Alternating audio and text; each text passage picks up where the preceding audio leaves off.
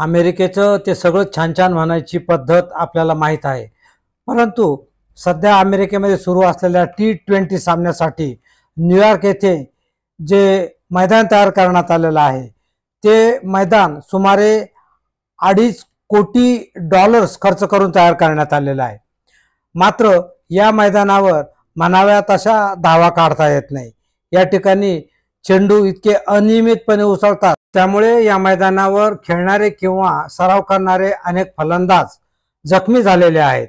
आता नुकत्याच झालेल्या आयर्लंडच्या सामन्यात भारताच्या रोहित शर्मा आणि ऋषभ पंत यांना देखील चेंडूचा हा प्रसाद मिळालेला आहे.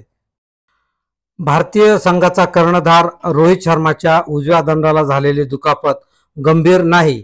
यामुळे पाकिस्तान विरुद्धच्या 9 जून रोजीच्या बहुचर्चित लढतीत तो खेळणार असल्याचे संघ व्यवस्थापनाकडून स्पष्ट करण्यात आले. मात्र चेंडू असमान उसळी घेणाऱ्या न्यूयॉर्कच्या नासाऊ काउंटी आंतरराष्ट्रीय क्रिकेट स्टेडियमच्या खेळपट्टीवर यामुळे टीकेची झोड उठवण्यात येत आहे.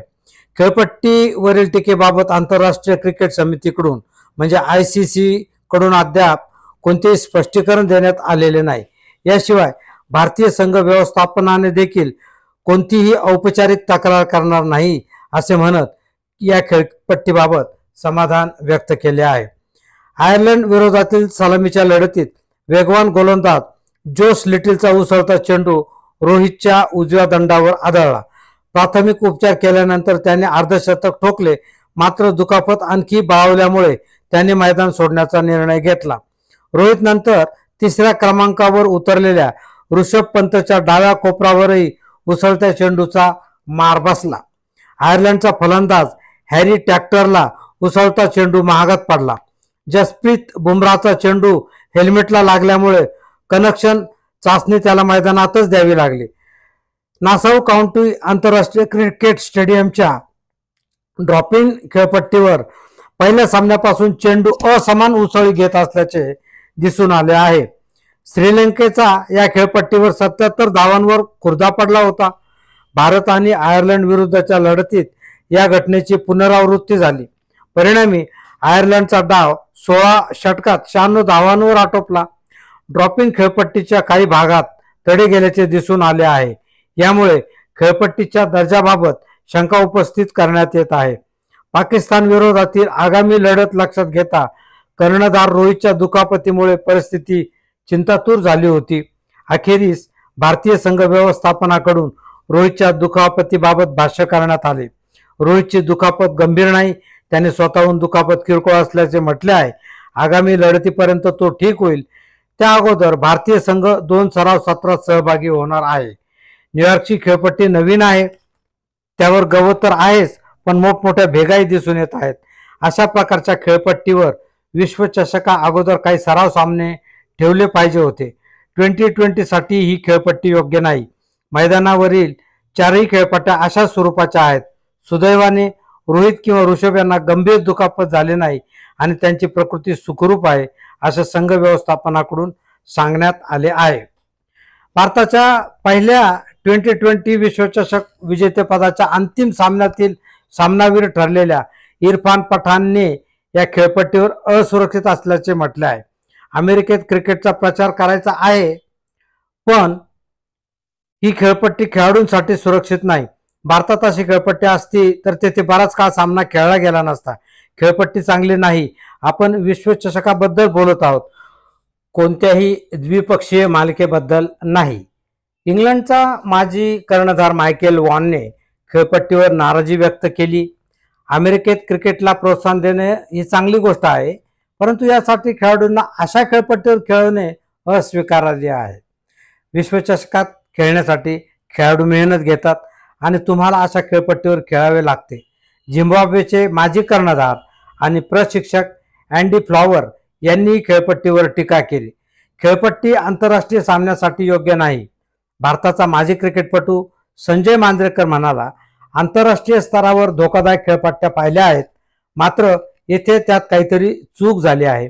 एकतर खेळपट्टी तयार नव्हती किंवा त्यांच्या नियंत्रणाबाहेर होती.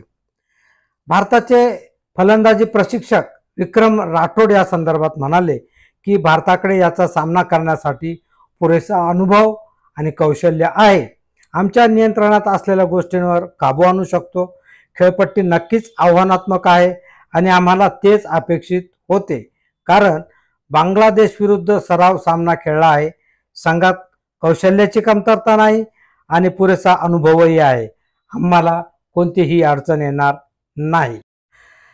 ॲडलेडहून आयात केलेल्या या खेळपट्टीला अमेरिकेचा व्हिसा तर मिळाला, पण अजून ते अमेरिकेत स्थिर स्थावर झाले नाही. खेळपट्टीचे हे रूप तर यष्टी रक्षकापर्यंत जाताना दुसरा टप्पा पडून जात असेल, तर टप्पा पडल्यावर वाळूचे कारंजे उडत आहेत. आउटफील्डमध्ये खेळाडूंना चेंडू अडवताना स्लाइड करायची भीती वाटत आहे, कारण गुडघा लॉक होऊन जायबंदी व्हायची भीती आहे. विश्वचषकासाठी फलंदाजीला पोषक खेळपट्टा असणे अपेक्षित होते, पण या न्यूयॉर्कच्या मैदानावर आतापर्यंत 77, 80, 96, 97 या धावा 4 सामन्यात झाल्या आहेत. न्यूयॉर्कची खेळपट्टी जरी ॲडलेडला तयार झाली असली तरी पर्थची माती वापरली आहे आणि वेस्ट इंडिजमध्ये 70च्या दशकात जशा न झाकलेल्या खेळपट्ट्या असायच्या तसे तिचे वर्तन आहे. रविवारी भारत आणि पाकिस्तान या दोघांमध्ये होणाऱ्या सामन्यासाठी सर्व तिकीटं विकली गेलेली आहे. या ठिकाणी तिकिटाच्या किमती सुद्धा सुमारे 2 लाखांपर्यंत आहे. इथं पार्किंगसाठीच तर 1 लाख रुपये द्यावे लागतात. अशा महागड्या स्थितीमध्ये केवळ 3.5 तासात जर तुमच्या 60, 70, 80 जर धावा निघणार असतील तर प्रेक्षकांचं समाधान होणार नाही आणि एवढा पैसा खर्च करून आपण हे सामने पाहायला आलो याचं त्यांना समाधान मिळणार नाही. त्यामुळे ही जी धावपट्टी आहे हिच्यावर काहीतरी विचार व्हायला पाहिजे असं म्हटलं जात आहे, परंतु आता ते शक्य नाही. हातात वेळ फार कमी उरलेला आहे आणि ICCचा देखील यापुढे काहीही इलाज चालणार नाही.